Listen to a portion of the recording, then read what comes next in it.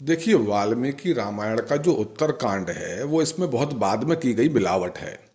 इसके मिलावटी होने के ऐसे अनेकों प्रमाण हम पहले देख चुके हैं जो हमें वाल्मीकि रामायण से ही मिल जाते हैं। आज हम वो प्रमाण देखेंगे जो हमें वाल्मीकि रामायण के बाहर से उपलब्ध होते हैं। तो चलिए देखते हैं। देखिए, 2015 में कलकत्ता में 6वीं सदी की रामायण की एक पांडुलिपि प्राप्त हुई। इसमें महज 5 कांड थे। बालकांड व उत्तरकांड इसमें उपलब्ध नहीं थे। तो इससे हम यह अनुमान लगा सकते हैं कि संभवतः यह दोनों ही कांड 6वीं शताब्दी के बाद रामायण में जोड़े गए हों।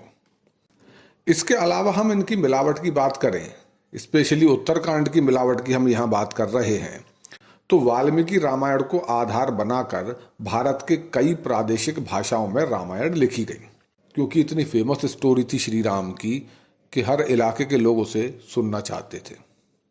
तो 12वीं सदी में जो कंबजी द्वारा रामावतारम रची गई, जो कि तमिल भाषा में है, इसमें भी उत्तरकांड नहीं है। इसकी कथा भी श्री राम के राज्याभिषेक के साथ ही पूरी हो जाती है, वैसे ही जैसे वाल्मीकि रामायण में युद्ध कांड के बाद कथा समाप्त हो जाती है। अब आप खुद सोचिए कि यदि महाकवि कंबन जी के समय में वाल्मीकि रामायण में उत्तरकांड की कथा होती तो क्या वह इसकी घटनाओं का वर्णन अपनी रामायण में नहीं करते? जरूर करते। सभी का नहीं करते तो कुछ का तो करते ही करते। उनका ऐसा न करना इसी संभावना को बल देता है कि उस समय तक भी वाल्मीकि रामायण की कथा में उत्तरकांड की मिलावट नहीं हुई थी। कब तक? लगभग 12वीं सदी तक। अब जरा 12वीं सदी से थोड़ा और आगे बढ़कर 16वीं सदी में आते हैं। अवधी भाषा में तुलसीदास जी ने रामायण की रचना की है, जिसको हम आज रामचरितमानस के नाम से जानते हैं, और आज ये सबसे ज्यादा प्रचलित रामकथा है।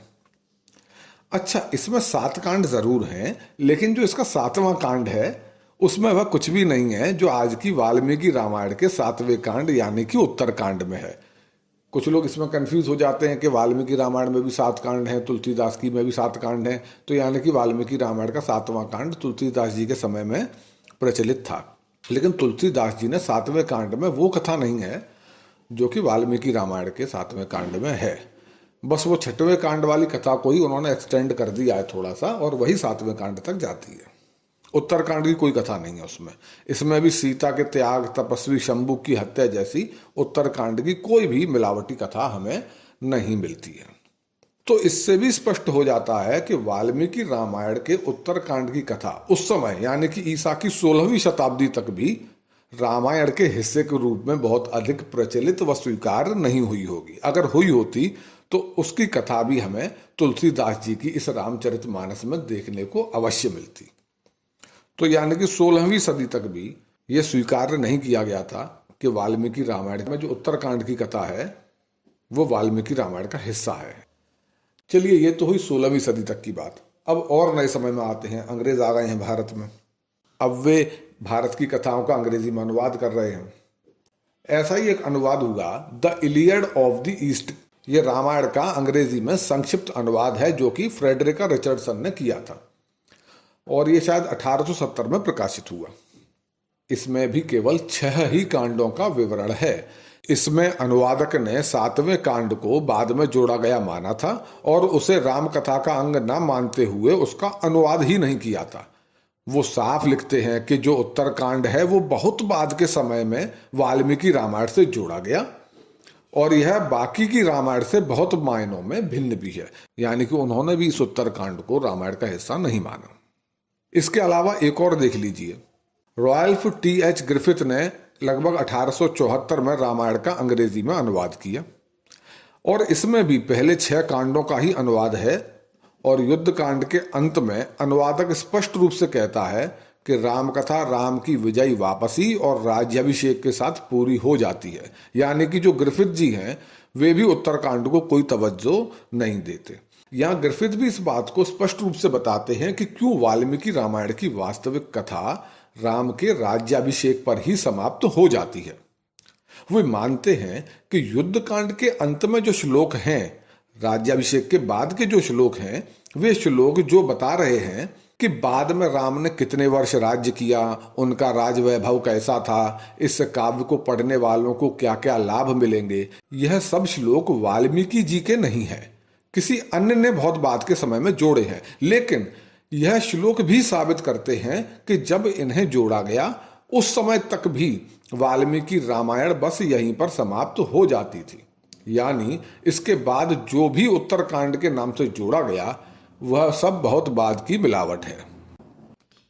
तो ये सारी बातें कौन कह रहे हैं? ये अंग्रेज अनुवादक कह रहे हैं। यह कोई कट्टर हिंदूवादी लोग नहीं है, ये कोई भारतीय लोग नहीं है जिन्हें कोई स्पेशल मजा आ रहा हो भारत की संस्कृति और परंपरा को महान दिखाने के लिए। वे लोग सामान्य विद्वान लोग हैं और जो कॉमन सेंस कहता है, जो एक विद्वान अपनी अकल से सोच सकता है, उसी धर्म का पालन करते हुए वो बता रहे हैं कि उत्तरकांड बाद की मिलावट है। अच्छा, इसके अलावा अन्य ग्रंथों से भी हम और प्रमाण ले सकते हैं और इसमें हम प्रमाण लेते हैं महाभारत से। देखिए, महाभारत से भी हमें उत्तरकांड की मिलावट के सबूत मिलते हैं। महाभारत के वन पर्व में अध्याय 272 या 74 से लेकर अध्याय 290 या 291 तक राम कथा का वर्णन हुआ है। वहां भी राम कथा रावण वध के पश्चात अयोध्या लौटने पर राम के राज्याभिषेक के साथ समाप्त हो जाती है और यहाँ भी उत्तरकांड की घटनाओं का कोई वर्णन नहीं है। यानी कि इससे भी स्पष्ट होता है कि उत्तरकांड बाद में जोड़ा गया। इसके अलावा भी बहुत से ऐसे प्रमाण हैं जो यह स्पष्ट करते हैं कि वाल्मीकि रामायण का उत्तरकांड बहुत बाद के समय की मिलावट है। रामायण पर जो टीकाएं लिखी गईं उनसे भी स्पष्ट है कि उत्तरकांड बहुत बाद में मिलाया गया, क्योंकि जो पुरानी टीकाएं हैं उनमें यह कांड नहीं है, लेकिन बाद में इस कांड को टीकाओं में भी स्थान मिल गया और यह धीरे धीरे वाल्मीकि रामायण का हिस्सा बनता चला गया। इस कांड द्वारा सीता के त्याग व शंभू की हत्या जैसी अनैतिक और अत्याचार से भरी कहानियों को राम के जीवन का हिस्सा दिखाना और लोगों द्वारा इसे रामायण का हिस्सा स्वीकार कर लेना भारतीय संस्कृति और संस्कारों के पतन को प्रदर्शित करता है। यह दिखाता है कि धर्म के नाम पर कैसे अधर्मी लोग ऐसी घटिया मिलावट करने लगे। यह दिखाता है कि आम जनमानस कैसे धीरे धीरे इतना नासमझ और अंधविश्वासी हो गया कि बिना सोचे समझे हर उस बात को मानने लगा जो उन पर उनके महापुरुष या शास्त्रों के नाम पर थोप दी जाती थी। लेकिन जो हुआ सो हुआ। अब भी समय है जागरूक सनातनियों को, जागरूक भारतीयों को, जागरूक मनुष्यों को अब तो इस बात के लिए प्रयास करने चाहिए कि श्री राम के पुण्य जीवन को प्रदूषित करने वाले इस मिलावटी कांड को व अन्य कांडों में भी घुसाए गए उन सभी मिलावटी श्लोकों को वाल्मीकि रामायण से निकाल बाहर किया जाए जो राम के महान इतिहास को कलंकित करते हैं, ताकि आने वाली पीढ़ियां उस राम को ठीक से समझ पाएं जिसे कभी महर्षि वाल्मीकि जी ने मानव समाज का सर्वोच्च आदर्श माना था।